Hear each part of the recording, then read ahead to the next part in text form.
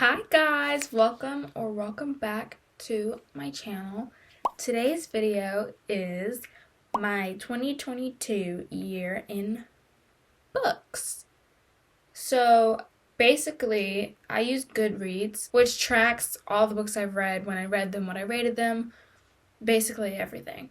So it gave me a cute little wrap up, basically.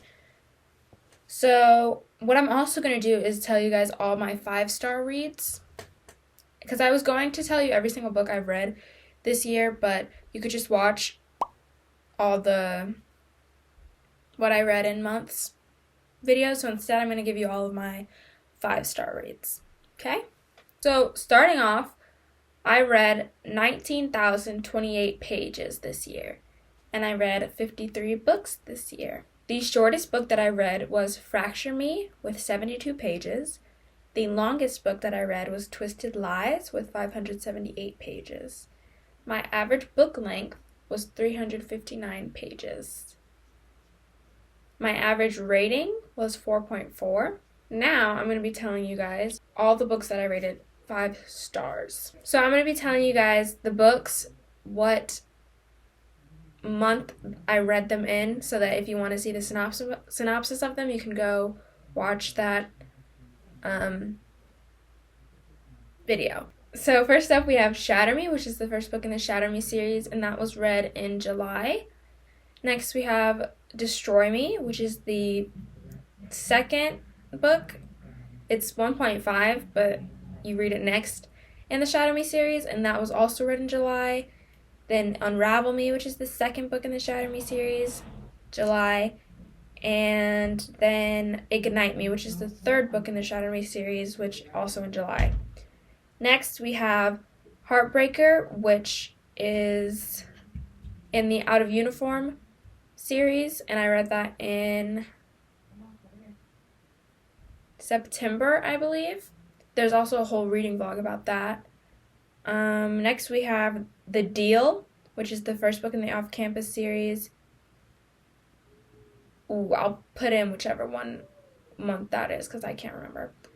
Then we have The Score, which is the third in the Off-Campus series, and I read that in June.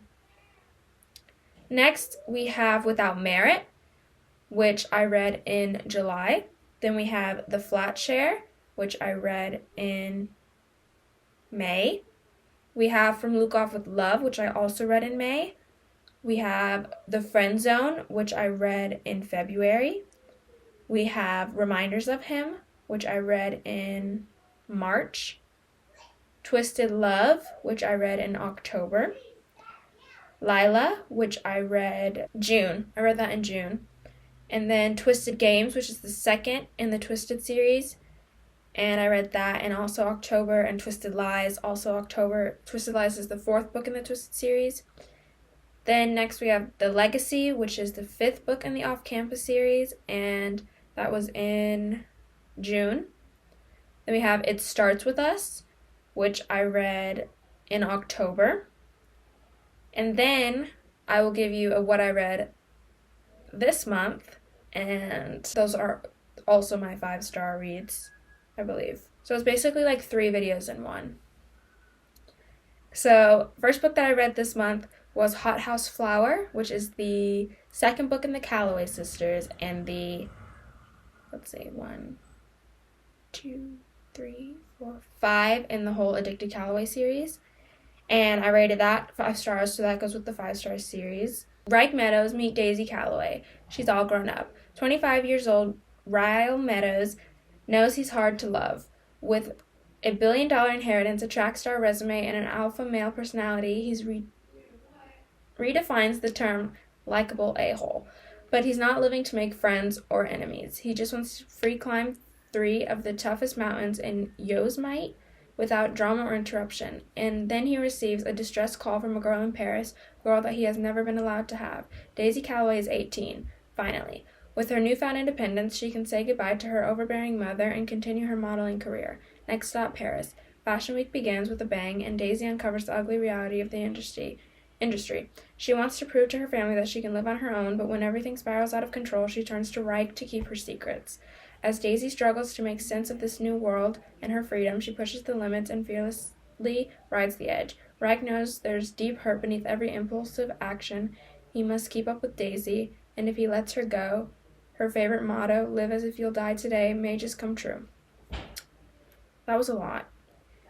Next, I read The Soulmate Equation, which I have the book, but it's all the way over there, and I don't think any one of us feel like going and get it. So I rated this 4 out of 5. Single mom Jess Davis is a data and statistics wizard, but no amount of number crunching can convince her to step back into the dating world. After all, her father was never around, her hard-partying mother disappeared when she was 6, and her ex decided he wasn't father material before her daughter was even born. Jess holds her loved ones close, but working constantly to stay afloat is hard and lonely. But then Jess hears about Genetically, a busy new DNA-based matchmaking company that's predicted to change dating forever.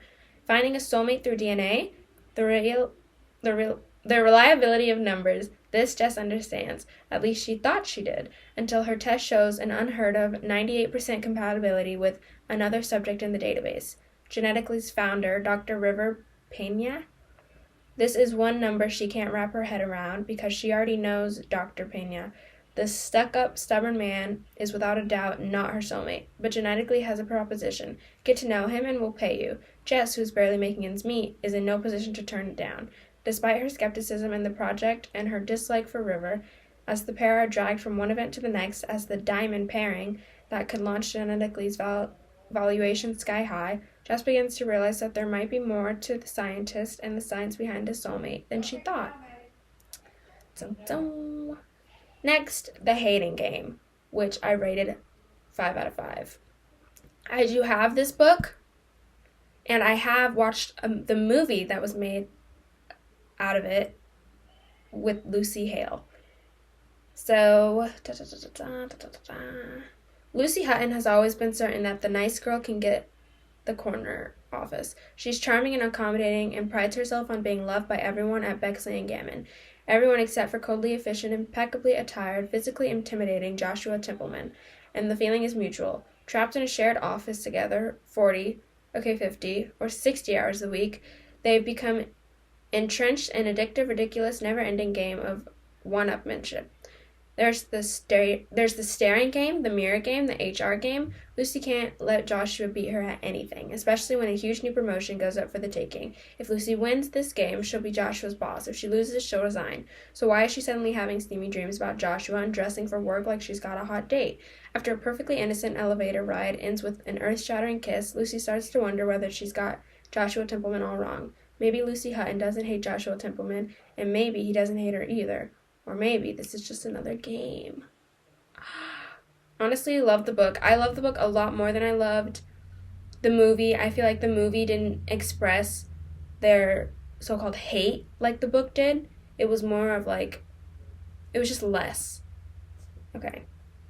And then the last book that I read, also rated 5 stars, is called Hooked. And it is in the Never After series. And I'm sure that this book is a retelling of Peter Pan. Let me just read it. He wants revenge, but he wants her more. James has always had one agenda, destroying his enemy, Peter Mitchell's. When Peter's 20-year-old daughter, Wendy, shows up in James' bar, he sees his way in, seduce the girl, and use her for his revenge. It's the perfect plan until things in James' organization begin to crumble. Suddenly he has to find the traitor in his midst, and his plan for revenge gets muckier as James starts to see Wendy as more than just a pawn in his game. Wendy has been cloistered away most of her life by her wealthy cold father, but a spontaneous night out with friends turns into an intense and addictive love affair with the dark and brooding James. As much as she knows James is dangerous, Wendy can't seem to shake her desire for him. But as the relationship grows more heated and she learns more about the world he moves in, she finds herself unsure if she's falling for the man known as James or the monster known as Hooked. Oh, that was it. I absolutely loved that book. Like I said, I rated it a 5 out of 5. That's all. Thank you guys so much for watching. I hope you enjoyed this video. If you did, like, comment, and subscribe, and I will see you guys next Vlogmas, which I'm actually, if everything goes planned, next Vlogmas is going to be really fun. Bye.